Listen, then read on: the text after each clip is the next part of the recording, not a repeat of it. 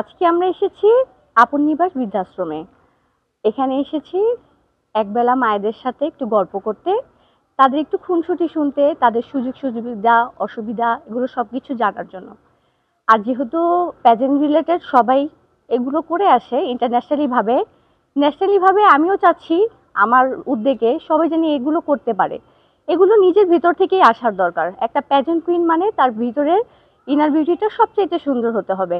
আমি মনে করি যারা আমরা প্যাজেন্ট কুইন আমাদের এসব সমাজসেবক কাজে আমাদের আসা দরকার।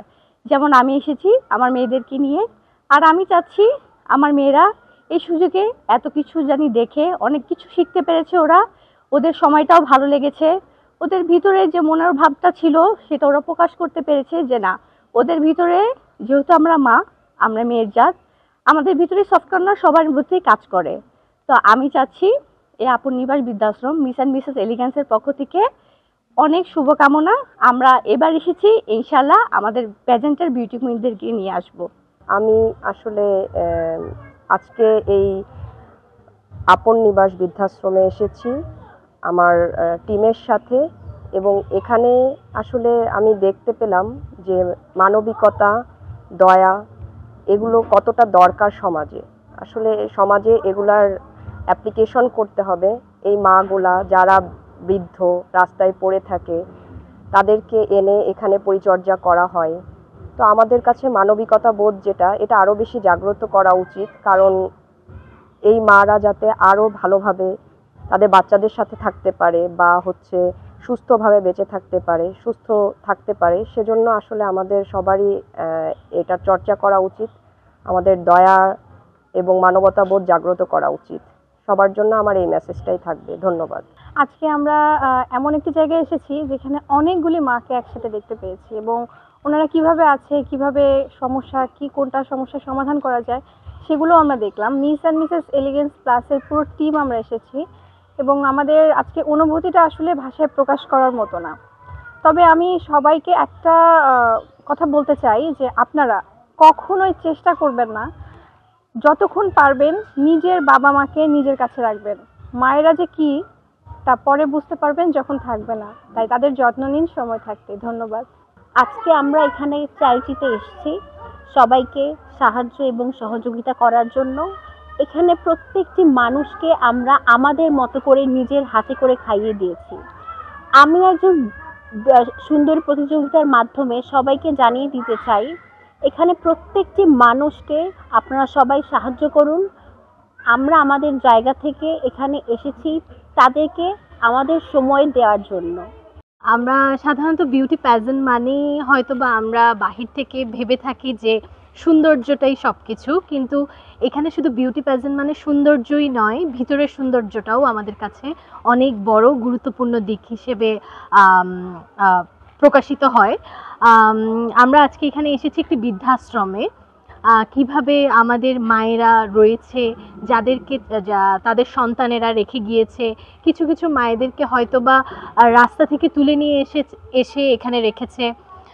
কিছু কিছু মায়েরা তাদের স্মৃতিশক্তি হারিয়ে ফেলেছে, তারা তাদের আগের জীবনের কথা তাদের মনে নেই।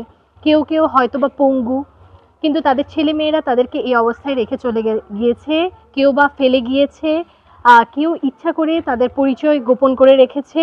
এরকম অনেক ধরনের অসহায় মাদেরকে আমরা এখানে দেখতে পাচ্ছি। আমরা এখানে এসে এতটুকু বুঝতে পারছি যে আমাদের ভবিষ্যতে ওনাদেরকে নিয়ে কাজ করা উচিত, আমাদের মায়েদেরকে নিয়ে কাজ করা উচিত, এবং নেক্সট যে জেনারেশন আসছে তাদের মাঝখানে আমাদের ছড়িয়ে দিতে হবে যে আমরা আমাদের মায়েদের জন্য যাতে অনেক সুন্দর একটা সিকিউর প্লেস আমরা দিতে পারি, তাদের জন্য আমরা সহায় হয়ে দাঁড়াতে পারি। এবং পাশাপাশি আমরা আমাদেরও ভবিষ্যতে আমাদের মায়েদেরকে, আমাদের বাবাদেরকে আমরা যেন নিজেরা আগলে রাখতে পারি। আমাদের এটা নেক্সট জেনারেশনকে বোঝাতে হবে যে নিজেদের মারা যারা যেন নিজেদের ঘরেই থাকতে পারে, কারো যাতে বৃদ্ধাশ্রমে আসতে না হয়। বিউটি প্যাজেন্টের মানে তো শুধু সৌন্দর্য না, আমাদের ভিতরের সৌন্দর্যটাকেও বহিঃপ্রকাশ করতে হবে। এখানে আমাদেরকে এসে আমরা এখান থেকে বুঝতে পারছি, শিখতে পারছি, এবং আমরা হয়তোবা আরও মানুষের মধ্যে এটা ছড়িয়ে দিব। ধন্যবাদ। আর আজকে আমরা পুরো টিম এসেছি এমন একটি জায়গায় যেখানে অনেক পরিবার বঞ্চিত মায়েদের সাথে সাক্ষাৎ হয়েছে, যার নাম আপন নিবাস বৃদ্ধাশ্রম। আমি এখানে এসে যেটা ফিল করলাম, এখানে অনেক পরিবার বঞ্চিত মায়েরা আছেন, যাদেরকে দেখে আমার মনে হয়েছে যে আসলে বৃদ্ধকালে খুব কোনো বিলাসিতার প্রয়োজন হয় না, যেটা থাকে শুধুমাত্র একটু আরাম করে মৌলিক চাহিদাগুলো পূরণ করার। এটা যদি আমরা প্রত্যেক পরিবার মানুষ নিজের নিজের পরিবার থেকে তাদেরকে দিতে পারি, তাহলে কোনো মাকেই বৃদ্ধাশ্রমে এসে একাকিত্ব জীবনযাপন করতে হবে না। যেরকম শিশুকাল, যৌবনকাল এবং বয়সকাল, এই 3 পর্বে আমরা নিজের জীবনকে পদার্পণ করি, এই তরুণ জীবনেই শিশু এবং বৃদ্ধদেরকে যত্ন করা আমাদেরই দায়িত্ব। তাই আমি তরুণ সমাজকে আহ্বান জানাবো, নিজ নিজ দায়িত্বে নিজ নিজ পরিবারের বৃদ্ধদেরকে সেরকমই যত্ন নেন যেভাবে আপনি নিজের শিশুকে আগামী প্রজন্মের জন্য তৈরি করছেন। তাহলে কোনো মা পরিবার ছাড়া হবে না, আর কোনো সন্তান তার মা হারা হবে না। Thank you. মা পৃথিবীর সবথেকে মূল্যবান একটি সম্পদ। আমরা যাদের মা নেই, শুধুমাত্র তারাই জানে যে মা কী। তো আজকে যারা পরিবার বঞ্চিত মা, তাদের সাথে আমরা আসলাম একটি দিন কাটাতে, এবং আমাদের যেখানে এসে এতটা ভালো লেগেছে। এক একটা মায়ের এক একটা গল্প। কেউ কেউ তার সন্তান হারিয়ে রাস্তা থেকে তাদেরকে উঠিয়ে নিয়ে আসা হয়েছে, কেউ কেউ একদমই পরিবারবিহীন, তাদের অনেক সন্তান, তাদের সাথে আমরা এখানে বিভিন্ন সন্তানরা আছে, তাদের সাথে দেখা করলাম। আমরা এখানে একটা বিউটি পেজেন্ট মানে শুধুমাত্র যে বাহ্যিক সৌন্দর্য সেটা না, এখান থেকে এসে আমরা শিখলাম যে এটার সাথে সাথে যে মানবিকতার যে সাইডটা, যে আমরা একজন আমাদের যে হিউম্যানিটি, যে আমরা এখানে এসে তাদের সাথে কিভাবে আমরা একটা দিন কাটাবো বৃদ্ধ মাদের সাথে, এবং তাদের বিভিন্ন গল্প শুনলাম, যার কারণে যেটা আমরা যেন সমাজে ছড়িয়ে দিতে পারি অন্য মানুষদের মধ্যে, তারাও যেন এখান থেকে ইন্সপায়ার্ড হয় যে এরকম উদ্যোগ নিতে। আমরা আশা রাখি যে আমরা সামনে আরও এরকম অনেক প্রজেক্ট করব, এবং এরকম বৃদ্ধাশ্রমে ভিজিট করব তাদের গল্প শুনতে, এবং চাবো যে কোনো পরিবারই যেন তাদের মা বাবাকে বৃদ্ধাশ্রমে কাটাতে না হয়। ধন্যবাদ। প্রায় 100 জনের বেশি বৃদ্ধা মা রয়েছেন। তাদের মধ্যে বেশিরভাগ মাই মানসিক প্রতিবন্ধী, কেউ বাক প্রতিবন্ধী, কেউ বা চোখে দেখতে পায় না। আসলে জীবনের প্রথম এখানে এসে দেখতে পেলাম যে অসহায়ত্ব কাকে বলে, মানুষ কতটা অসহায় হতে পারে তাদের দিকে তাকালে বোঝা যায়।